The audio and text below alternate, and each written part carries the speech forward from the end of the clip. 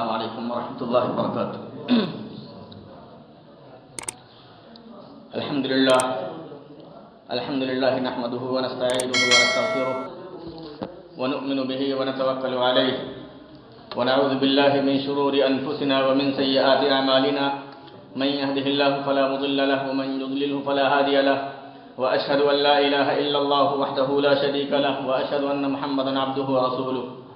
يا أيها الذين آمنوا اتقوا الله حق تقاته ولا تموتن إلا وأنتم مسلمون يا أيها الناس اتقوا ربكم الذي خلقكم من نفس واحدة وخلق منها زوجها وبث منهما رجالا كثيرا ونساء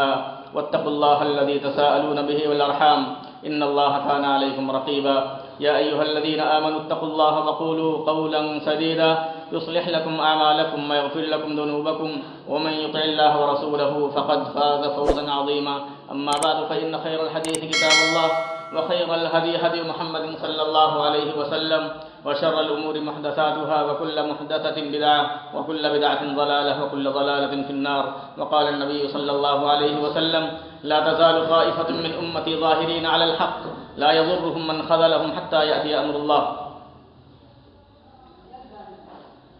محترم حاضرین، معزز مہمان گرامی قدر فضیلۃ الشیخ جناب مولانا زبیر احمد صاحب مدنی حفظہ اللہ، ناظم ضلع جمعیت اہل حدیث بلرام پور، استاذ الاساتذہ شیخ الحدیث جناب مولانا عبدالشکور صاحب اثری حفظہ اللہ وتولہ، ہمارے گاؤں کی علمی شخصیت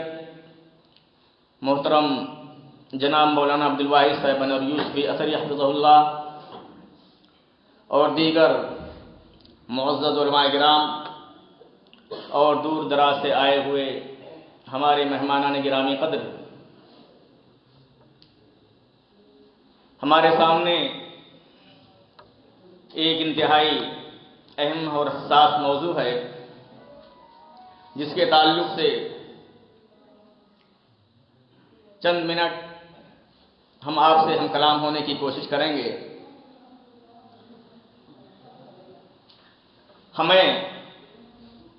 یہ بات جاننا چاہیے کہ ہم نبی آخر الزمان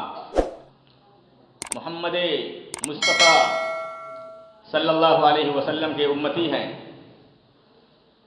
یہ ہمارے لیے بہت بڑے شرف اور امتیاز کی بات ہے۔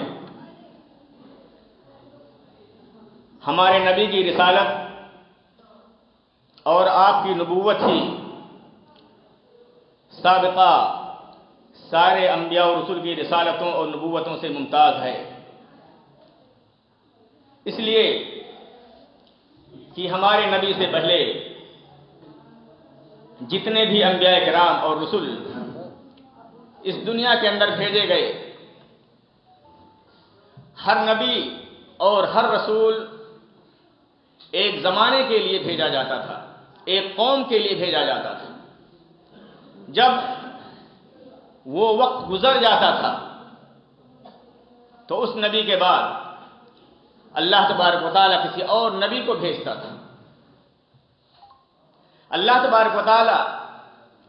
کسی نبی کو کسی قوم کے لیے منتخب فرماتا تھا، لیکن شریعت محمدیہ کا امتیاز یہ ہے کہ اللہ کے رسول صلی اللہ علیہ وسلم اور آپ پر نازل کردہ شریعت نہ تو کسی زمانے کے ساتھ خاص ہے نہ کسی قوم کے ساتھ خاص ہے۔ آپ کی رسالت آپ کے زمانے سے لے کر کے صبح قیامت تک آنے والے زمانے تک کے لیے اور قیامت تک آنے والے سارے انسانوں کے لیے شریعت نازل کی گئی ہے۔ اس لیے ہمارے نبی کی شریعت کو کسی زمان و مکان سے محدود نہیں کیا گیا۔ وَمَا أَرْسَلْنَاكَ إِلَّا رَحْمَةً لِلْعَالَمِينَ، عالمین کے لیے اللہ تبارک و تعالیٰ نے آپ کو رحمت بنا کر کے بھیجا۔ اس لیے جب آپ نبی آخر الزمان ہیں، آپ کی شریعت قیامت تک باقی رہنے والی ہے، تو آپ کی شریعت، آپ پر نازل کردہ کتاب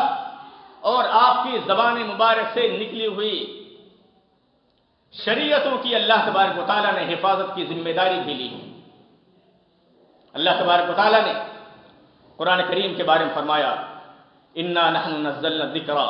وانا لہ لحافظون، ہم ہی نے اس قرآن کریم کو نازل کیا ہے اور اس قرآن کریم کی حفاظت کی ذمہ داری بھی میں نے ہی لی ہے۔ قرآن کریم آسمانی کتابوں میں وہ منفرد اور مقدس کتاب ہے جس میں صبح قیامت تک ایک حرف کی تبدیلی نہیں کی جا سکتی ہے۔ حرف کی بات تو بہت دیگر، زبر زیر کی تبدیلی نہیں ہو سکتی ہے دوستو، یہ اللہ تبارک و تعالیٰ کا وعدہ ہے۔ اور ذکر سے مراد، میں اگر یہ کہوں کہ ذکر سے مراد صرف قرآن کریم نہیں ہے، بلکہ ذکر سے مراد قرآن کریم بھی ہے اور اللہ کے رسول صلی اللہ علیہ وسلم کی احادیث مبارکہ بھی ہیں، اس لیے کہ قرآن کریم کے ذریعے سے صرف شریعت کو سمجھا نہیں جا سکتا اور صرف قرآن کریم کے ذریعے سے شریعت کی حفاظت نہیں ہو سکتی ہے، اس لیے کہ اللہ تبارک و تعالیٰ نے قرآن کریم کا شارح، قرآن کریم کا مفسر اور اس کا موضح ہمارے نبی کو بنا کر کے بھیجا گیا ہے۔ کون ہے بتلانے والا آپ کو کہ نماز کیسے ادا کی جائے گی؟ کون ہے بتلانے والا زکات کی ادائیگی کیسے کی جائے گی؟ کون ہے بتلانے والا کہ حج کی ادائیگی کیسے کی جائے گی؟ گویا کہ شریعت کا تحفظ اگر ممکن ہو سکتا ہے تو حدیثوں کے تحفظ کے ذریعے ہی ہو سکتا ہے، صرف قرآن کریم کی حفاظت کے ذریعے شریعت کا تحفظ ممکن نہیں ہو سکتا ہے۔ اس لیے اگر اللہ نے قرآن کریم کی حفاظت کی ذمہ داری لی ہے تو آپ کی زبان مبارک سے نکلے ہوئے یا آپ کے سامنے کیے ہوئے اعمال، جس کو حدیث تقریری کہا جاتا ہے یا حدیث اعمالی کہا جاتا ہے، اقوال و افعال اور تقریری، ان سب کی حفاظت کی اللہ تبارک و تعالیٰ نے ذمہ داری لی ہے۔ اسی لیے ہمارے رسول کی بھی ذمہ داری تھی کہ آپ شریعت کو ایک روشن، امت محمدیہ کو ایک روشن شاہ راہ پر چھوڑ کر کے جائیں تاکہ اس کے اندر کوئی نقص نہ رہے، کوئی دعویٰ کرنے والا یہ دعویٰ نہ کرے کہ شریعت ناقص ہے، اس زمانے کا ساتھ نہیں دے سکتی ہے۔ شریعت اللہ کی طرف سے نازل کردہ ہے اور اللہ تبارک و تعالیٰ جس نے شریعت کو نازل کیا ہے وہ جانتا ہے کہ صبح قیامت تک کیا کچھ ہونے والا ہے، اس روئے زمین پر کیا انقلابات آئیں گے، کیا تبدیلیاں آئیں گی، کیسے افکار و نظریات پیدا ہوں گے، کیسے فرق و ملل اس روئے زمین پر پیدا ہوں گے اور کیسے افکار و نظریات کے حاملین اس روئے زمین پر آئیں گے، یہ ساری کی ساری چیزیں اللہ تبارک و تعالیٰ جس نے شریعت کو نازل کیا ہے وہ جانتا ہے۔ اس لیے اس شریعت کے اصول ضوابط اور اس شریعت کے احکام مکمل جس طرح ہمارے نبی کے زمانے میں محفوظ تھے قیامت تک محفوظ رہنے والے ہیں۔ اس لیے اللہ کے رسول صلی اللہ علیہ وسلم نے فرمایا تھا ترکتکم علی المحجۃ البیضاء لیلها کنہارها لا یزیغ عنها بعدی الا ہالک۔ اے میری امت کے لوگوں، اے میرے صحابہ، میں تمہیں انتہائی روشن شاہراہ پر چھوڑ کر کے جا رہا ہوں، ایسی روشن شاہراہ جس کی راتیں دن کے مانند روشن ہیں۔ لا یزیغ عنها بعدی الا ہالک، اس راستے سے کنارہ کشی وہی اختیار کرے گا، اس راستے سے وہی انحراف کرے گا جو ہلاکت کو اپنا مقدر بنانا چاہتا ہو۔ اللہ کے رسول صلی اللہ علیہ وسلم غیب تو نہیں جانتے تھے، لیکن ہاں ہمارا اہل حدیثوں کا یہ عقیدہ ہے کہ اللہ کے رسول صلی اللہ علیہ وسلم اور وہ سارے انبیاء کرام اتنا غیب ضرور جانتے تھے جس غیب کی اللہ تبارک و تعالیٰ نے آسمان سے وحی کے ذریعے خبر دی۔ قیامت کی نشانیوں کے بارے میں، فتنے ہوں گے، اختلافات ہوں گے، فرقے پیدا ہوں گے، کیا کچھ رونما ہونے والا ہے، اللہ کے رسول صلی اللہ علیہ وسلم کو جبریل علیہ السلام کے ذریعے اللہ تبارک و تعالیٰ نے غیب کی ان باتوں کو بتلایا تو ہمارے نبی کو غیب کا اتنا علم تھا جتنا اللہ تبارک و تعالیٰ نے جبریل علیہ السلام کے ذریعے آپ کو غیب کا علم دیا ہے۔ اسی لیے اللہ کے رسول صلی اللہ علیہ وسلم نے فرمایا تھا من یعش منکم فسیری اختلافا کثیرا، یہ ساری بشارتیں ہیں اے میرے مسلمان بھائیو، اللہ کے رسول صلی اللہ علیہ وسلم کی زبان مبارک سے نکلی ہوئی شہادتیں ہیں جن کے بارے میں قرآن کریم نے فرمایا وما ينطق عن الهوى ان هو الا وحی یوحى۔ یہ بات جان لو اے مسلمانوں کہ کسی کی بات کو دیواروں کے ٹھوکروں پہ، دیواروں پہ مارا جا سکتا ہے، ہماری بات کو رد کیا جا سکتا ہے، کسی بھی انسان کی بات کو رد کیا جا سکتا ہے، لیکن وہ نبی رسول، وہ نبی مقدس جس کے بارے میں قرآن گواہی دیتا ہے وما ينطق عن الهوى ان هو الا وحی یوحى، کہ محمد کریم صلی اللہ علیہ وسلم اپنی طرف سے کوئی بات نہیں کہتے ہیں جب تک جبریل علیہ السلام کے ذریعے سے ان کو وحی نہیں کر دی جاتی۔ گویا کہ دوستو ہمارے نبی کے زبان سے جو بات نکلی ہے وحی ہے، وہ اللہ کا کلام ہے، اس کے اندر تبدیلی نہیں ہو سکتی ہے۔ دوستو آپ نے فرمایا تھا اے میرے صحابہ، تم میں سے جو لوگ زندہ رہیں گے ان قریب بہت زیادہ اختلافات دیکھو گے کہ آج اختلافات نہیں ہیں. کہتے ہیں حق گڈ مڈ ہو گیا ہے، ہرگز نہیں دوستو، حق گڈ مڈ نہیں ہوا ہے. اللہ کے رسول صلی اللہ علیہ وسلم آپ کو روشن شاہراہ پر چھوڑ کر کے گئے ہیں. آپ نے پہلے ہی بتلا دیا ہے فَسَيَرَى اخْتِلَافًا كَثِيرًا، تم میں سے جو لوگ زندہ رہیں گے ان قریب بہت زیادہ اختلافات کو دیکھیں گے. آپ نے ایک معیار دیا، ایک پیمانہ دیا تھا، فَعَلَيْكُمْ بِسُنَّتِي وَسُنَّتِ الْخُلَفَاءِ الرَّاشِدِينَ الْمَهْدِيِّينَ مِن بَعْدِي. اے میرے صحابہ، اے میرے امت کے لوگوں، میری سنت کو مضبوطی کے ساتھ پکڑ لینا، خلفائے راشدین کی سنت کو مضبوطی سے پکڑ لینا، عضوا علیہا بالنواجذ، اپنے دانتوں سے پکڑ لینا. یہ آپ نے مثال دے کر کے فرمایا تھا دوستو. اللہ کے رسول صلی اللہ علیہ وسلم نے ایک دوسری حدیث کے اندر حق کو پہچاننے کے لیے جو معیار ہے آپ نے فرمایا تھا ترکت فیکم امرین لن تضلوا ما تمسکتم بہما، کہ اے میرے مسلمان، میرے امت کے لوگوں، اے میرے صحابہ، میں تمہارے درمیان دو چیزیں چھوڑ کر کے جا رہا ہوں. یہ کون کہہ رہا ہے دوستو؟ یہ ہمارے نبی کی بات ہے. آپ نے کیا صیغہ استعمال کیا ہے؟ آپ نے فرمایا کہ میں تمہارے درمیان صرف اور صرف دو چیزیں چھوڑ کر کے جا رہا ہوں. آج میں آپ سے یہ بات کھل کر کے کہہ دوں دوستو کہ مصادر شریعت اگر کوئی ہے تو صرف اور صرف کتاب اللہ اور سنت رسول ہے. اس کے علاوہ کوئی تیسرا مصدر شریعت نہیں ہے. اجماع کوئی مستقل مصدر شریعت نہیں ہے. قیاس کوئی مستقل مصدر شریعت نہیں، بلکہ اگر کوئی مصدر شریعت ہے تو صرف قرآن ہے اور حدیث ہے. اور اس سے نکل کر کے علماء کرام احادیث کو دیکھتے ہوئے، نصوص کو دیکھتے ہوئے جن مسائل پر اجماع کرتے ہیں وہ ان دونوں مصادر سے متفرع ہو کر کے نکلتا ہے. اجماع کوئی مستقل دلیل نہیں ہے، کوئی مستقل مصدر نہیں ہے شریعت کا. اور قیاس بھی احادیث کو دیکھ کر کے، نصوص کو اکٹھا کر کے، قرآن و حدیث سے استنباط کر کے مسائل کو قیاس کر کے کسی مسئلے کا حل نکالا جاتا ہے. تو حقیقت میں شریعت کے صرف دو مصادر ہیں، کتاب اللہ اور سنت رسول صلی اللہ علیہ وسلم. آپ نے فرمایا لن تضلوا، ہرگز تم گمراہ نہیں ہوگے، ما تمسکتم بہما، جب تک کہ تم لوگ ان دونوں کو مضبوطی سے پکڑے رہو گے. دیکھیں دوستو، اسی میں بہت زیادہ ہمارا اختلاف ہے کہ آخر اس امت اور گروہ سے جو ہے مراد کون ہے. اللہ کے رسول صلی اللہ علیہ وسلم نے ایک امت کے بارے میں، گروہ کے بارے میں فرمایا ہے لا تزال طائفة من امتی ظاہرین علی الحق لا يضرهم من خذلهم حتى يأتي امر اللہ، کہ میری امت کا ایک گروہ ہمیشہ حق پر غالب رہے گا، قائم رہے گا. ظاہرین علی الحق، حق پر غالب رہیں گے. لا يضرهم من خذلهم حتى يأتي امر اللہ، انہیں کوئی نقصان پہنچانے والا، نقصان پہنچانے کا ارادہ کرنے والا کوئی نقصان نہیں پہنچا سکے گا یہاں تک کہ اللہ تبارک و تعالیٰ کا امر آ جائے، قیامت آ جائے. ایک جماعت ہمیشہ حق پر غالب رہے گی. آخر اس جماعت سے مراد کیا ہے دوستو؟ اس حدیث کی بھی اللہ کے رسول صلی اللہ علیہ وسلم نے دوسری حدیث کے اندر وضاحت فرما دی ہے، اس لیے کہ ہمارے نبی نے کوئی چیز ناقص نہیں چھوڑی ہے. آپ نے دوسری حدیث کے اندر فرمایا افترقت الیہود 71 فرقہ وافترقت النصارى 72 فرقة وستفترق أمتي 73 فرقة كلها في النار إلا واحدة قيل من هم يا رسول الله قال ما أنا عليه وأصحابي. اللہ کے رسول صلی اللہ علیہ وسلم نے دوستو مسلمانوں آپ کو روشن شاہراہ پر چھوڑا ہے، کوئی چیز ناقص نہیں چھوڑی ہے دوستو. شاید وقت زیادہ ہو جائے، نہیں تو میں بتلاؤں دوستو کہ اللہ کے رسول صلی اللہ علیہ وسلم سے یہودی حسد کیا کرتے تھے، وہ کہتے تھے کہ تمہارا نبی کیسا ہے کہ تمہیں پاخانے پیشاب کے طریقے بتلاتا ہے. تو ہمارے صحابہ کا جواب تھا کہ ہمارا نبی ہماری ماؤں سے کہیں زیادہ ہم پر شفیق ہے، اپنے امت کے افراد پر شفیق ہے. جس طرح سے ایک ماں اپنے بچے کو کھانے پینے کے آداب سکھلاتی ہے، پاخانہ پیشاب کے طریقے بتلاتی ہے، ہمارا نبی ہماری ماؤں سے کہیں زیادہ ہمیں محبت کرتا ہے. اس لیے اس نے ہمیں کھانے پینے کے آداب بھی سکھلائے ہیں، پاخانہ پیشاب کے طریقے بھی بتلائے ہیں. آپ کے نبی نے دوستو کوئی چیز ناقص نہیں چھوڑی ہے. اللہ کے رسول صلی اللہ علیہ وسلم نے فرمایا ما بعث اللہ من نبی الا كان عليه حقا ان يدل امته على خير ما يعلمه لهم وينذره من شر ما يعلمه لهم، کہ جب اللہ تبارک و تعالی کسی نبی کو نبی بنا کر کے بھیجتا ہے تو اس کی ذمہ داری ہوتی ہے کہ جو بھی خیر کا، بھلائی کا کام ہے اس کو بتلا دے، جو بھی برائی کا کام ہے، شر کا راستہ ہے، برائی کا راستہ ہے، اس سے اپنی امت کو ڈرا دے. ہمارے نبی نے تو کبھی خیانت نہیں کی ہے نعوذ باللہ. اسی لیے امام مالک رحمۃ اللہ علیہ نے فرمایا تھا کہ من ابتدع فی الاسلام بدعۃ حسنہ من یرى انه فی الاسلام بدعۃ حسنہ فقد زعم ان محمدا خان الرسالہ نعوذ باللہ من ذلک. کہ اگر کوئی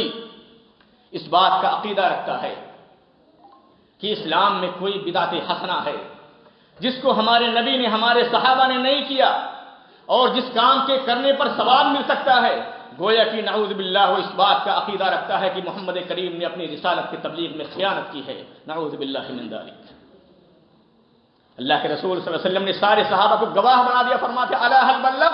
الا هل بلغ الا هل بلغ، اے میرے صحابہ گواہ ہیں نا اللہ کے یہاں کہ میں نے دین کو کھول کھول کر کے پہنچا دیا ہے، میں نے دین میں کوئی چیز ناقص نہیں رکھی ہے۔ اور قرآن کریم کی اس آیت کا نزول ہوا تھا حجۃ الوداع کے موقع پر، الیوم اکملت لکم دینکم واتممت علیکم نعمتی ورضیت لکم الاسلام دینا، اے میرے صحابہ میں نے تمہارے لیے دین کو مکمل کر دیا ہے، یہ اللہ کا فرمان ہے، الیوم اکملت لکم دینکم واتممت علیکم نعمتی، میں نے اپنی نعمت کی تم پر تکمیل کر دی ہے اور میں نے تمہارے لیے دین اسلام کو دین کے طور پر پسند کیا ہے۔ یہ دین دوستو مکمل ہے، اس کے اندر کوئی نقص نہیں ہے۔ اللہ کے رسول صلی اللہ علیہ وسلم ساری چیزیں کھول کھول کر کے بیان کر کے گئے۔ آپ نے فرمایا، صحابہ نے پوچھا اللہ کے رسول صلی اللہ علیہ وسلم جب امت محمدیہ 73 فرقوں میں تقسیم ہوں گی، آپ نے فرمایا کلھا فی النار الا واحدہ، سارے کے سارے جہنم میں جائیں گے سوائے ایک گروہ کے، ایک جماعت کے۔ صحابہ نے پوچھا قیل من ہم یا رسول اللہ، اے اللہ کے رسول صلی اللہ علیہ وسلم آخر وہ گروہ کون سا ہوگا، اس جماعت کے اوصاف کیا ہوں گے، امتیازات کیا ہوں گے، ہم اس جماعت کو پہچانے نہیں کیسے کہ وہ ہے جو آپ کے طریقے پر چلتی ہے؟ تو آپ نے فرمایا ما انا علیہ اليوم واصحابی، جس طریقے پر میں ہوں اور میرے صحابہ ہیں، جس طریقے پر میں چلتا ہوں میرے صحابہ چلتے ہیں، خلفائے راشدین چلتے ہیں، اس طریقے پر جو جماعت قیامت تک چلنے والی ہوگی وہی جماعت نجات یافتہ ہوگی۔ یہ اللہ کے رسول صلی اللہ علیہ وسلم کی زبان مبارک سے نکلی ہوئی گواہیاں ہیں دوست امت محمدیہ کے اس جماعت کے لیے جو کتاب و سنت کو بالادستی پر ایمان رکھتی ہے، کہ اللہ کے رسول صلی اللہ علیہ وسلم نے کھلے الفاظ میں بیان فرما دیا دوستو کون ہیں وہ لوگ جنہوں نے اللہ کی وحدانیت اور رسول کی رسالت کا صحیح معنوں میں اقرار کیا ہے، جو یہ سمجھتے ہیں کہ ہمارے لیے اگر کوئی چیز حجت ہے تو یا تو اللہ کی کتاب ہے یا رسول کی شریعت ہے، اس لیے کہ قرآن نے فرمایا ہے فَإِن تَنَازَعْتُمْ فِي شَيْءٍ فَرُدُّوهُ إِلَى اللَّهِ وَالرَّسُولِ، اگر اختلاف ہو جائے دین کے باب میں لوٹاؤ اللہ کی طرف، لوٹاؤ رسول کی طرف، اطیعوا اللہ واطیعوا الرسول، اطاعت کرو رسول کی، اطاعت کرو اللہ کی، کوئی تیسرا نہیں ہے دوست۔ صرف دو ہی مصدر شریعت ہیں جن سے ہم شریعت کو اخذ کر سکتے ہیں۔ جماعت اہل حدیث افکار و نظریات پر قائم نہیں ہے دوستو۔ اس جماعت سے مراد کیا ہے؟ امام احمد بن حنبل رحمہ اللہ کے سامنے اس حدیث کا تذکرہ آیا کہ ستفترق امتی نیف و سبعین فرقہ، کہ میری امت 73 سے زائد فرقوں میں 73 فرقوں میں تقسیم ہوگی۔ کہا اس جماعت سے مراد کیا ہے؟ کیا کہا؟ کہتے ہیں جماعت اہل حدیث مولود ہے، نئی جماعت ہے۔ کیا فرمایا امام احمد بن حنبل رحمہ اللہ نے؟ امام احمد بن حنبل آج کے نہیں ہے دوست، 1200 سال پہلے کے ہیں۔ انہوں نے کیا فرمایا؟ ان لم یکن اصحاب الحدیث فلا ادری من هم، اگر وہ جماعت جس جماعت کے حق پر باقی رہنے کی اللہ تبارک و تعالیٰ نے ہمارے نبی نے جو گواہی دی ہے، اگر اس جماعت سے مراد جماعت اہل حدیث نہیں ہے جو حدیث کو اپنا منہج بناتی ہے، جو حدیث پر ایمان رکھتی ہے، حدیثوں سے اپنے مسائل کا اخذ کرتی ہے، اگر وہ اصحاب حدیث نہیں ہے تو میں نہیں جانتا ہوں کہ وہ کون سی جماعت ہے۔ امام ترمذی رحمۃ اللہ علیہ محدثین ہیں دوستو، یہ آج کے مولوی نہیں، بہت پہلے گزر چکے ہیں۔ امام ترمذی رحمۃ اللہ علیہ نے اس حدیث کی روایت کی اپنی کتاب سنن ترمذی کے اندر لا تزال طائفة من امتی ظاہرین علی الحق، کہ میری امت کا ایک گروہ ہمیشہ حق پر غالب رہے گا۔ کیا کہتے ہیں امام ترمذی رحمۃ اللہ علیہ اس حدیث کی روایت کرنے کے بعد؟ کہتے ہیں کہ امام بخاری رحمۃ اللہ علیہ اپنے استاد علی بن مدینی سے نقل کرتے ہوئے فرماتے ہیں ہم اہل الحدیث، کہ اس گروہ سے مراد جو حق پر قائم رہنے والی ہے وہ اہل حدیث ہے۔ یہ اس لفظ کے ساتھ موجود ہے امام علی بن مدینی رحمہ اللہ کا قول، جس کو امام بخاری رحمۃ اللہ علیہ نے نقل کیا ہے دوستو۔ عبداللہ بن مبارک جو امام ابو حنیفہ رحمۃ اللہ علیہ کے غالباً استاد ہیں، کہتے ہیں کہ اس گروہ سے مراد ہم عندی اصحاب الحدیث، کہ اس گروہ سے مراد میں سمجھتا ہوں اصحاب الحدیث ہیں، جو حدیث پر عمل کرتے ہیں، جو رائے اور افکار کو عمل دخل نہیں دیتے ہیں اپنی دینیات کے بعد میں،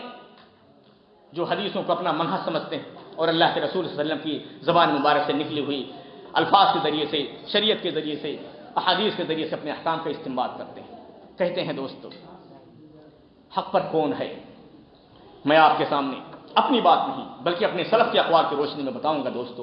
کہ حق پر کون سی جماعت ہے جن کے بارے میں ہمارے ائمہ کرام نے آج نہیں، 500 سال نہیں، 1000 سال نہیں، بلکہ 1200 نہیں 1300 سال پہلے گواہی دی۔ امام سمعانی رحمۃ اللہ علیہ جن کی وفات 489 ہجری میں ہوئی ہے، آج ہم 1442 میں چل رہے ہیں، جن کی وفات 489 ہجری میں ہوئی، کیا کہتے ہیں؟ ومما يدل على أن أهل الحديث على الحق أنك لو طالعت كتبهم المصنفة من أولهم إلى آخرهم مع اختلاف بلدانهم وزمانهم وجدتهم في بيان الاعتقاد على وتيرة واحدة ونمط واحد يجرون فيها على طريقة لا يحيدون عنها قولهم في ذلك واحد وفعلهم واحد لا نرى بينهم اختلافا. امام سمعانی رحمۃ اللہ علیہ فرماتے ہیں کہ جو چیز اس بات کی وضاحت کرتی ہے، جو دلالت کرتی ہے کہ اہل حدیث ہی حق پر قائم ہے، وہ جماعت ہے جس کے بارے میں اللہ کے رسول صلی اللہ علیہ وسلم نے گواہی دی ہے. کہا کہ اگر اہل حدیث کے ہاتھوں سے لکھی ہوئی کتابوں کا مطالعہ کیا جائے، چاہے وہ عہد رسالت سے لے کر کے صحابہ کے زمانے سے لے کر کے تابعین کے زمانے سے لے کر کے آج تک سارے اہل حدیث علماء کرام کے کتابوں کو اکٹھا کر دیا جائے اعتقادات کے باب میں، چاہے وہ کسی بھی ملک سے تعلق رکھتے ہوں، کسی بھی زمانے سے تعلق رکھتے ہوں، آپ دیکھیں گے کہ عقیدے کے باب میں ان کا ایک ہی عقیدہ ہے. عقیدے کے باب میں ایک ہی عقیدہ ہے کہ صرف عبادت کا مستحق اللہ تبارک و تعالیٰ کی ذات ہے. اللہ تبارک و تعالیٰ نے سارے انبیاء کرام علیہم السلام کو توحید الوہیت کے لیے بھیجا تھا، توحید ربوبیت کے لیے نہیں، اس لیے کہ دوسری قومیں توحید ربوبیت کا اقرار کرتی تھی، وہ بھی اس بات کا اعتقاد رکھتے کہ اللہ تبارک و تعالیٰ خالق ہے، مالک ہے، رازق ہے. اہل حدیثوں کا امتیاز یہ ہے، علماء اہل حدیث کا امتیاز یہ ہے کہ عہد تابعین سے لے کر کے آج تک ان کی ساری کتابوں کو اکٹھا کر لیا جائے تو عقیدے کے بعد میں 1400 سال کے علماء کرام کے وتیروں کو ایک پائیں گے، ان کے طریقہ کار کو ایک پائیں گے، ان کے درمیان کوئی اختلاف نہیں ہے کہ عقیدے کے باب میں یہ کہیں، ابھی عقیدے کے باب میں یہ کہیں. میں بھی انشاءاللہ بعد میں بتلاؤں گا کہ ہمارے آج کے حق کے دعوے داران کی بات کیا ہے. امام شافعی رحمۃ اللہ علیہ فرماتے ہیں علیکم باہل الحدیث، علیکم باہل الحدیث فانہم اکثر صوابا من غیرہم. امام شافعی رحمۃ اللہ علیہ فرماتے ہیں اہل حدیث کو لازم پکڑو، اہل حدیث کے منہج کو لازم پکڑو، اہل حدیث کے طریقے کو لازم پکڑو، اس لیے کہ وہی سب سے زیادہ صحیح راستے پر چلنے والے ہیں، اس لیے کہ ان کی یہاں اقوال الرجال کی کوئی حیثیت نہیں ہے. حدیثوں کے سامنے، قرآن کریم کی آیات کے سامنے، اقوال الرجال کی، آراء الرجال کی ہمارے سامنے کوئی حیثیت نہیں ہے. ہمارے سامنے امام مالک رحمۃ اللہ علیہ کا قول ہے کل یؤخذ من قولہ ویرد الا صاحب هذا القبر. سب کی باتوں کو لیا جا سکتا ہے، سب کی باتوں کو رد کیا جا سکتا ہے سوائے اس قبر والے کے. یہ محمد کریم صلی اللہ علیہ وسلم ان کی زبان مبارک سے نکلی ہوئی باتوں کو رد نہیں کیا جا سکتا. جس نے رد کیا اس نے کفر کیا.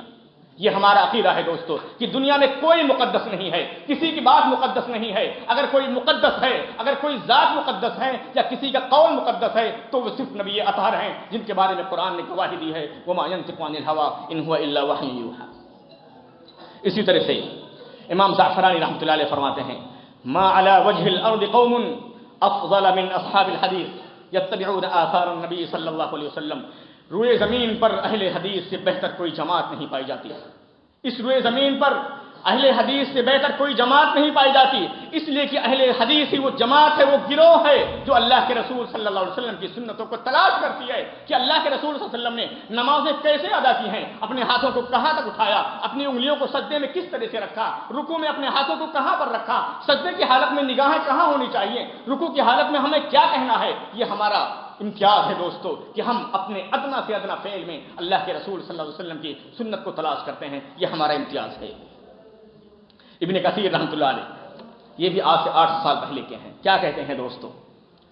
قرآن کریم کی آیت یوم ندعو کل اناس بامامہم کہ جس دن اللہ تبارک و تعالیٰ فرماتا ہے کہ ہم قوموں کو ان کے اماموں کے ساتھ بلائیں گے. شرف ہے ہمارے لیے، شرف ہے اور فخر کی بات ہے دوستو. اور ہم اللہ تبارک و تعالیٰ کا شکر ادا کرتے ہیں کہ ہم نے اگر کسی کو امام بنایا ہے تو صرف نبی آخر الزماں کو اپنا امام بنایا ہے، جس کی شہادت کا ہم نے اپنی زبانوں سے اقرار کیا ہے اشہد ان لا الہ الا اللہ واشہد ان محمدا عبدہ ورسولہ. وہی ہے صاحب شریعت جس کی بات کو قابل حجت مانا جا سکتا ہے. دوستو کیا کہا امام ابن کثیر رحمۃ اللہ علیہ اس آیت کی تفسیر میں کہ یاد کرو اس دن کو جس دن ہم ساری قوموں کو ان کے اماموں کے ساتھ بلائیں گے. کیا کہتے ہیں امام ابن کثیر رحمۃ اللہ علیہ هذا اکبر الشرف لأهل الحدیث لأن امامهم النبی صلی اللہ علیہ وسلم. یہ اہل حدیثوں کے لیے بہت بڑے شرف کی بات ہے، عزت کی بات ہے کہ ان کا امام نبی آخر الزماں ہے. ان کا امام کوئی ایسا شخص نہیں ہے جس کے بارے میں یہ کہا جا سکے کہ اس کی باتوں کو رد کیا جا سکتا ہے. یہ ہمارے لیے شرف کی بات ہے دوستو. اہل حدیث کا لفظ دوستو کوئی نیا نہیں ہے. جس طرح آپ کو گمراہ کرنے کی کوشش کی جاتی ہے، احمد بن سنان رحمۃ اللہ علیہ فرماتے ہیں لیس فی الدنیا مبتدع الا وهو يبغض اهل الحديث دنیا میں کوئی بدعتی نہیں ہے جو اہل حدیث سے نفرت نہ کرتا ہو۔ اہل حدیث کی حقانیت کی پہچان یہ ہے دوستو کہ تم سے ہر جماعتی، ہر بدعتی تم سے نفرتیں کرتا ہے، تمہارے سامنے دیواریں کھڑی کرنے کی کوشش کرتا ہے، روئے زمین پر تمہارے سارے کے سارے دشمن ہیں، اپنے بھی دشمن ہیں، غیرے بھی دشمن ہیں۔ تمہاری حقانیت کی دلیل یہ ہے کہ تم سے ہر کوئی نفرت کرتا ہے۔ یہ احمد بن سنان نے کہا تھا لیس فی الدنیا مبتدع الا وهو یبغض اہل الحدیث، دنیا میں جو بھی بدعتی ہے وہ اہل حدیث سے نفرت کرتا ہے۔ یہ آپ کے لیے واضح دلیل ہے دوستو۔ قتیبہ بن سعید رحمہ اللہ نے فرمایا اذا رأيت الرجل يحب اہل الحدیث، اگر تم دیکھو کہ کوئی آدمی اہل حدیث سے محبت کرتا ہے تو یہ جان لو کہ وہ سنت پر قائم ہے، اور جو اہل حدیث کی مخالفت کرتا ہے یہ سمجھ لو کہ وہ مبتدع ہے۔ عبد القادر جیلانی رحمۃ اللہ علیہ کیا فرماتے ہیں؟ عبد القادر جیلانی رحمۃ اللہ علیہ فرماتے ہیں وعلامۃ الرافضۃ تسمیتهم اہل الحدیث ناصبہ، کہ رافضہ شیعہ دشمنان اسلام کی پہچان یہ ہے کہ وہ اہل حدیثوں کو ناصبی کہتے ہیں، اہل حدیث کو ناصبی کہتے ہیں۔ اس کے علاوہ دوستو بہت سارے اقوال ہیں، میں اگر ان کی وضاحت کروں تو شاید وقت زیادہ گزر جائے۔ ایک قول نقل کر دیتا ہوں عبد القاہر بن طاہر بغدادی رحمۃ اللہ علیہ کا، وہ کہتے ہیں کہ جماعت اہل حدیث کے بارے میں ہم لوگ کہتے ہیں کہ جماعت اہل حدیث آج کی 100 سال 200 سال 150 سال کی جماعت ہے۔ آپ ان کے قول کو نقل کریں دوستو، بہت پرانے عالم ہیں، 1000 سال پرانے، 1200 سال پرانے، کہتے ہیں ان صدور الروم والجزیرة والشام وآذربائیجان كل اہلها كانوا على مذهب اہل الحدیث وكذلك صغور افریقیہ الاندلس والیمن، کہتے ہیں کہ روم، جزیرہ، شام، آذربائیجان، سارے کے سارے لوگ اہل حدیث کے منہج پر قائم تھے۔ اسی طرح سے افریقیہ، اندلس، یمن، یہ سارے کے سارے لوگ اہل حدیث کے منہج پر قائم تھے دوستو۔ یہ 1000 سال پہلے کی بات ہے، اہل حدیث کے لفظ کے ساتھ لوگوں نے ذکر کیا ہے دوستو۔ یہ جماعت اہل حدیث کی پہچان تاریخ ہے دوستو۔ اہل حدیث کی پہچان کیا ہے، اس کے امتیازات کیا ہیں، اس کے اوصاف کیا ہیں دوستو؟ سب سے پہلی بات، جو سب سے پہلا ہمارا امتیاز ہے، اور الحمدللہ اغیار بھی اس کا اعتراف کرتے ہیں کہ ان کے یہاں الحمدللہ عقیدے میں کوئی کھوٹ نہیں ہے، کوئی خلل نہیں ہے۔ ہمیں کسی جانب متہم کیا جائے نعوذ باللہ، ہم اللہ کے یہاں گواہی دیتے ہیں اشہد اللہ علی ذلک نحن البراء، ہم اللہ کو گواہ بناتے ہیں کہ ہم بری ہیں۔ ہم علماء کے احترام کو واجب سمجھتے ہیں، ہم ائمہ کو اپنے سر پر رکھتے ہیں دوستو، لیکن جیسا کہ میں نے آپ کو شروع میں بتلایا کہ ہمارے نزدیک اگر کوئی مقدس کوئی شخصیت ہے تو صرف اور صرف ہمارے نبی کی ذات مقدس ہے، اس کے علاوہ کوئی ذات ہمارے نزدیک مقدس نہیں ہے، لیکن ان کا احترام واجب ہے۔ ہمارا یہ عقیدہ ہے دوستو کہ اللہ تبارک و تعالیٰ نے اس دنیا کی ابتدا سے لے کر کے ہمارے نبی آخر الزمان محمد کریم صلی اللہ علیہ وسلم تک جتنے بھی انبیاء کرام علیہم الصلوۃ کو اس دنیا کے اندر مبعوث کیا، سارے انبیاء کرام علیہم الصلوۃ کی صرف اور صرف ایک دعوت تھی وَلَقَدْ بَعَثْنَا فِي كُلِّ أُمَّةٍ رَسُولًا أَنِ اعْبُدُوا اللَّهَ وَاجْتَنِبُوا الطَّاغُوتَ، کہ ہم نے جب بھی کسی قوم کے اندر کسی رسول کو بھیجا تو ہم نے یہ حکم دیا أَنِ اعْبُدُوا اللَّهَ، ایک اللہ کی عبادت کرو اور طاغوت سے پرہیز کرو۔ دوستو جو بھی جماعت، جو بھی گروہ جو اس طریقہ کار کو نہیں اپناتی ہے دوستو، وہ طریقہ دعوت نہیں ہو سکتا، طریقہ نبوی نہیں ہو سکتا ہے دوستو۔ یہ انبیاء کرام علیہم السلام کا طریقہ رہا ہے، چاہے آپ کو کامیابی ملے نہ ملے دوستو۔ نوح علیہ السلام سے بڑی بات کیا ہو سکتی ہے کہ آپ نے 900 برس تک عقیدہ توحید کی تبلیغ کی، لیکن لوگ آپ کی دعوت پر لبیک کہنے کو تیار نہیں تھے، چند لوگ آپ کی دعوت پر ایمان لائے، لیکن اس کے باوجود آپ ایک اللہ واحد کی عبودیت کی دعوت دیتے رہے۔ گویا کہ دوستو دعوت کی اساس یہ ہے کہ ایک اللہ واحد کی طرف دعوت دی جائے گی، توحید اللہ، کہ ایک اللہ واحد کی عبادت کی دعوت دی جائے گی۔ جس طرح سے ہمارے نبی محمد کریم صلی اللہ علیہ وسلم نے مکہ کے اندر مکمل 13 سال تک آپ اپنی قوم کو عقید توحید کی دعوت دیتے رہے۔ عقید توحید اساس ہے دوستو، اور ہم اس بات کا عقیدہ رکھتے ہیں کہ اللہ تبارک و تعالی اپنی الوہیت میں تنہا ہے، اپنی ربوبیت میں تنہا ہے، اپنے اسماء و صفات میں تنہا ہے۔ ہم اللہ تبارک و تعالیٰ کے اسماء و صفات میں تشبیہ نہیں دیتے، تعطیل نہیں کرتے، تکییف نہیں کرتے۔ ایک تمثیلی ایک لمبی چوڑی گفتگو ہے دوستو، تشبیہ کیا ہے، تمثیل کیا ہے، تعطیل کیا ہے، تکییف کیا ہے، لیکن یہ اہل حدیث کا بہت بڑا امتیاز ہے کہ اللہ تبارک و تعالیٰ نے اپنے بارے میں جو کچھ بھی قرآن کریم کے اندر فرمایا ہے یا رسول کریم صلی اللہ علیہ وسلم نے ہمارے رب کے بارے میں جو کچھ بھی بتلایا ہے، ہم اس کی کیفیت بیان کیے بغیر، اس کی مثالیں دیے بغیر، اس کی مشابہت لائے بغیر ہم اللہ تبارک و تعالیٰ کے لیے ویسے ہی اس کی اسماء و صفات کو مانتے ہیں کہ اللہ تبارک و تعالیٰ سنتا ہے لیکن ہماری سننے کی طرح نہیں، اللہ تعالیٰ دیکھتا ہے لیکن ہمارے دیکھنے کی طرح نہیں، اللہ تعالیٰ ہنستا ہے لیکن ہمارے ہنسنے کی طرح نہیں، اللہ تعالیٰ آسمان سے نزول فرماتا ہے لیکن ہمارے نزول کرنے کی طرح نہیں، اللہ تبارک و تعالیٰ کی ذات کے جو لائق ہے ہم اس طرح سے اللہ تبارک و تعالیٰ کے لیے اس کی اسماء و صفات کو مانتے ہیں کہ اللہ تبارک و تعالیٰ نے اپنے لیے ہاتھ کو کہا ہے کہ میرے لیے ہاتھ ہے، میرے دونوں ہاتھ داہنے ہیں، ہم اللہ تبارک و تعالیٰ کے حوالے کرتے ہیں کہ اللہ تبارک و تعالیٰ تو ہی جانتا ہے کہ تیرا ہاتھ کیسا ہے، تیرے دونوں ہاتھ کیسے ہیں، اے اللہ یہ سارا کا سارا معاملہ تیرے لیے تیرے حوالے ہے۔ یہ مسلمانوں کا، ہمارا اہل حدیثوں کا عقیدہ ہے دوستو کہ اللہ تبارک و تعالیٰ اپنی الوہیت میں تنہا ہے، اللہ تبارک و تعالیٰ کی ذات کے علاوہ کسی کے لیے عبادت کو خاص نہیں کیا جائے گا۔ اسی طرح سے اللہ تبارک و تعالیٰ اپنی ربوبیت میں تنہا ہے، وہی تنہا خالق ہے، وہی تنہا مالک ہے، وہی تنہا رازق ہے، وہی تنہا مدبر ہے۔ اس روئے زمین پر اس کے اشارے کے بغیر ایک پتا بھی نہیں گرتا ہے۔ وما تسقط من ورقة الا يعلمها ولا حبة في ظلمات الارض ولا رطب ولا یابس الا في کتاب مبین۔ اس روئے زمین پر ایک پتا بھی اللہ تبارک و تعالیٰ کے حکم کے بغیر نہیں گرتا ہے۔ یہ اہل حدیثوں کا سب سے بڑا امتیاز ہے۔ اس لیے الحمدللہ اہل حدیث جماعت کے افراد غیر اللہ کے سامنے کبھی اپنے ہاتھوں کو دراز نہیں کرتے ہیں۔ یہ آپ کے عقیدے کی شرف کی بات ہے دوستو۔ اور ایک بات یہ بھی وضاحت کر دیں کہ ربوبیت کا اقرار ہمارے لیے نفع بخش نہیں ہو سکتا ہے، اس لیے کہ ربوبیت کا اقرار مشرکین مکہ بھی کرتے تھے کہ اللہ تبارک و تعالیٰ خالق ہے، مالک ہے، رازق ہے، مدبر نہیں۔ ہم یہ عقیدہ رکھتے ہیں کہ اللہ تبارک و تعالیٰ نے انبیاء کرام علیہم السلام کو توحید الوہیت کی تحقیق کے لیے بھیجا تھا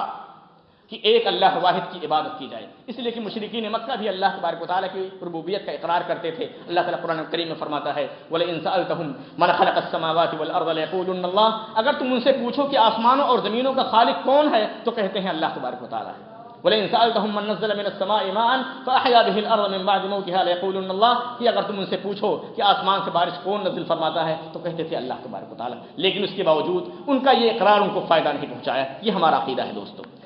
ہمارا دوسرا امتیاز یہ ہے دوستو کہ اہل حدیث اللہ کے رسول صلی اللہ علیہ وسلم کے علاوہ کسی ذات، کسی شخصیت، کسی گروہ، کسی جماعت، کسی جگہ کے لیے تعصب نہیں کرتے ہیں۔ اگر تعصب کرتے ہیں دوستو تو صرف اور صرف اللہ تبارک و تعالیٰ، اللہ کے رسول صلی اللہ علیہ وسلم کی ذات کے لیے، اور یہی ہم مسلمانوں کا عقیدہ ہونا چاہیے۔ امام مالک رحمۃ اللہ علیہ، امام احمد رحمۃ اللہ فرماتے ہیں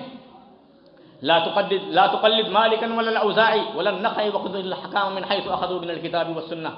مالک کی تقلید نہ کرو، اوزاعی کی تقلید نہ کرو، نخعی کی تقلید نہ کرو، وہاں سے لو جہاں سے ہم نے لیا ہے، یعنی قرآن سنت سے اپنے احادیث کو، اپنے مسائل کو اخذ کرو۔ امام شافعی رحمۃ اللہ علیہ فرماتے ہیں، مزنی سے روایت کرتے ہوئے امام شافعی رحمۃ اللہ علیہ سے منقول ہے لا تقلدنی فی کل ما اقول، جو کچھ میں کہتا ہوں میری پیروی نہ کرو، لا حجت فی قول احد دون رسول اللہ صلی اللہ علیہ وسلم، اللہ کے رسول صلی اللہ علیہ وسلم کے علاوہ کسی کی بات قابل حجت نہیں ہے۔ اگر کسی کی بات قابل حجت ہے تو صرف اور صرف وہ اللہ کے رسول صلی اللہ علیہ وسلم کی بات قابل حجت ہے۔ یہ اہل حدیثوں کا امتیاز ہے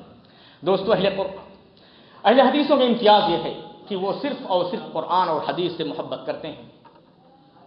اس لیے کہ اللہ کے رسول صلی اللہ علیہ وسلم نے فرمایا ہے ترکت فیکم امرین لن تضلوا ما تمسکتم بہما، اور چونکہ اللہ تبارک و تعالیٰ قرآن کریم میں فرماتا ہے، کیوں آخر اہل حدیث صرف قرآن اور حدیث سے محبت کرتے ہیں دوستو؟ اس لیے کہ اللہ تبارک و تعالیٰ فرماتا ہے انا نحن نزلنا الذکر وانا له لحافظون، اس قرآن کریم، اس شریعت کو ہم نے نازل کیا ہے اور اس شریعت محمدیہ کی حفاظت کی ذمہ داری اللہ تبارک و تعالیٰ نے لی ہے۔ ہمارا یہ عقیدہ ہے کہ قرآن و حدیث اللہ کے رسول صلی اللہ علیہ وسلم کے زمانے سے لے کر کے قیامت تک باقی رہنے والے ہیں، اس کے اندر کوئی تحریف اور کوئی تبدیلی نہیں ہو سکتی ہے۔ اس لیے ہم صرف اور صرف قرآن اور حدیث سے محبت کرتے ہیں اور اسی سے دلیل پکڑتے ہیں۔ اللہ کے رسول صلی اللہ علیہ وسلم قرآن کریم میں بھی اللہ تبارک و تعالیٰ فرماتا ہے لا یأتیہ الباطل من بین یدیہ ولا من خلفہ، دوستو یہ قرآن ہی ہے، صرف یہ قرآن ہی ہے جس کے آگے اور پیچھے سے باطل آ نہیں سکتا ہے دوستو۔ اس کے علاوہ آپ دنیا میں کسی کی بات کی ضمانت لے سکتے ہیں؟ کسی فکر کی ضمانت لے سکتے ہیں؟ افکار بدلتے رہتے ہیں، نظریات زمانوں کے ساتھ بدلتے رہتے ہیں، موتوں کے ساتھ بدلتے رہتے ہیں۔ اس 1400 سال میں نہ جانے کتنے افکار و نظریات کے حاملین آئے اور اس دنیا سے چلے گئے، زمین بوس ہو گئے دوستو، زمینوں کے اندر چلے گئے، ان کے افکار و نظریات یا تو مٹ گئے، ان کا نام و نشان مٹ گیا۔ اس لیے کہ دوستو باقی رہنے والی اگر کوئی چیز ہے تو وہ جس کو اللہ تبارک و تعالیٰ نے باقی رہنے کا ذمہ لے رکھا ہے، اس لیے یہ ہماری ذمہ داری ہے دوستو۔ اس لیے کہ جیسا کہ میں نے یہ دیکھا دوستو کہ قرآن و احادیث کے اندر کوئی تبدیلی نہیں آنے والی ہے، یہ ہر مسلمان کا عقیدہ ہے۔ تیسری ایک اہم امتیاز ہے دوستو ہمارا، بہت بڑے امتیاز کی بات ہے ہمارے لیے، کہ صحابیت کا شرف سب سے عظیم شرف ہے نبوت کے بعد۔ نبوت کے بعد اگر کوئی شرف کی چیز ہو سکتی ہے دوستو کسی انسان کے لیے تو وہ صحابیت کا شرف ہے۔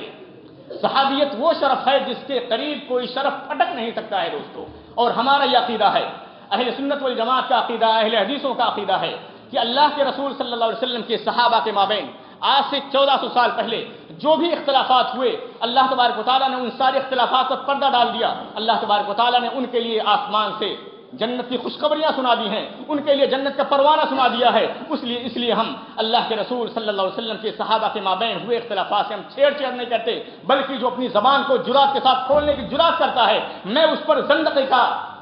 میں نہیں بلکہ علماء کرام اس پر زندقی کا فتویٰ لگاتے ہیں کہ وہ زندیق ہے جو صحابہ کرام پر اپنی زبان درازی کرتا ہو دوستو۔ اس لیے کہ شرف صحابی، میں آپ کو بتلا دوں دوستو، یہ دشمنان اسلام کی سب سے عظیم سازش کہ صحابہ کرام کی ذات کو متون کر دیا جائے، اس شریعت کو محو کر دیا جائے۔ اس شریعت کے نقل کرنے والے، اللہ کے رسول صلی اللہ علیہ وسلم کی زبان مبارک سے نکلی ہوئی باتوں کو محسوس کرنے والے، آپ نے اپنے جسم سے، اپنے اعضاء و جوارح سے جو کام کیا ہے ان کو دیکھ کر کے بیان کرنے والے اگر کوئی ہے تو وہ صحابہ کرام ہیں دوستو۔ یہ دشمنان اسلام کے سب سے بڑی سازش کہ صحابہ کرام کی ذات کو مجروح کر دیا جائے۔ وہ صحابہ کرام جنہوں نے اس قرآن کریم کو منتقل کیا ہے اس امت تک، وہ صحابہ کرام جنہوں نے احادیث رسول کو نقل کیا ہے اس امت تک، اس صحابہ کرام کو مجروح کر دیا جائے۔ نعوذ باللہ، یہ شریعت کی پوری عمارت منہدم ہو جائے۔ یہ روافض نے یہ چال چلی اسلام کو مٹانے کے لیے، جو یہودیوں کی پیدا کردہ تحریک، جو یہودیوں کی پیدا کردہ تنظیم جس نے صحابہ کرام کو متون کیا اور سارے صحابہ کرام کو مرتد و کافر قرار دے دیا تاکہ یہ شریعت اسلامیہ منہدم ہو جائے، تباہ ہو جائے۔ لیکن یہ کیسے ہو سکتا ہے جس کی حفاظت کی ذمہ داری اللہ تبارک و تعالیٰ نے لے رکھی ہو؟ اس لیے ہمارا یہ عقیدہ ہے کہ ہر وہ صحابی جس نے ایک سیکنڈ کے لیے بھی ہمارے نبی کو ایمان کی حالت میں دیکھا اور ایمان کی حالت میں موت ہو گئی، چاہے وہ ایک سیکنڈ ہی کا لمحہ ہو، اس شرف کے برابر کوئی شرف نہیں ہو سکتا ہے دوستو۔ یہ قرآن کریم کی شہادت ہے، اس لیے کہ اللہ تبارک و تعالیٰ نے ان سب کے لیے جنت کا پروانہ سنا دیا ہے۔ اور اللہ کے رسول صلی اللہ علیہ وسلم نے فرمایا ہے، لو انفق احدکم مثل احد ذهبا ما بلغ مد احدهم ولا نصيبه، کہ اگر تم میں سے، اپنے صحابہ ہی کو مخاطب کرتے ہوئے فرمایا تھا کہ اگر تم میں سے کوئی انسان احد پہاڑ کے برابر سونا بھی اللہ کے راہ میں خرچ کر دے، تم میرے صحابہ میں سے جنہوں نے آدھی مٹھی یا ایک مٹھی اللہ کے راہ میں خرچ کیا تھا، تم آدھی مٹھی کے برابر بھی نہیں پہنچ سکتے ہو۔ یہ ہمارا صحابہ کے بارے میں شرف ہے، صحابہ کے بارے میں یہ ہمارا یہ عقیدہ ہے۔ اور جو صحابہ پر سب و شتم کرتا ہے، ہم اس پر زندیق کا فتویٰ لگاتے ہیں، وہ سمجھتے ہیں کہ وہ زندیق ہے، وہ اسلام کا دشمن ہے، وہ اسلام کا قلع قمع کرنا چاہتا ہے۔ اس لیے کہ ہم جس کے بندے ہیں اس نے براہ کا اظہار کر دیا ہے، تم کون ہو تو اپنی زبان کو کھولنے والے؟ جس نے ان کو پیدا کیا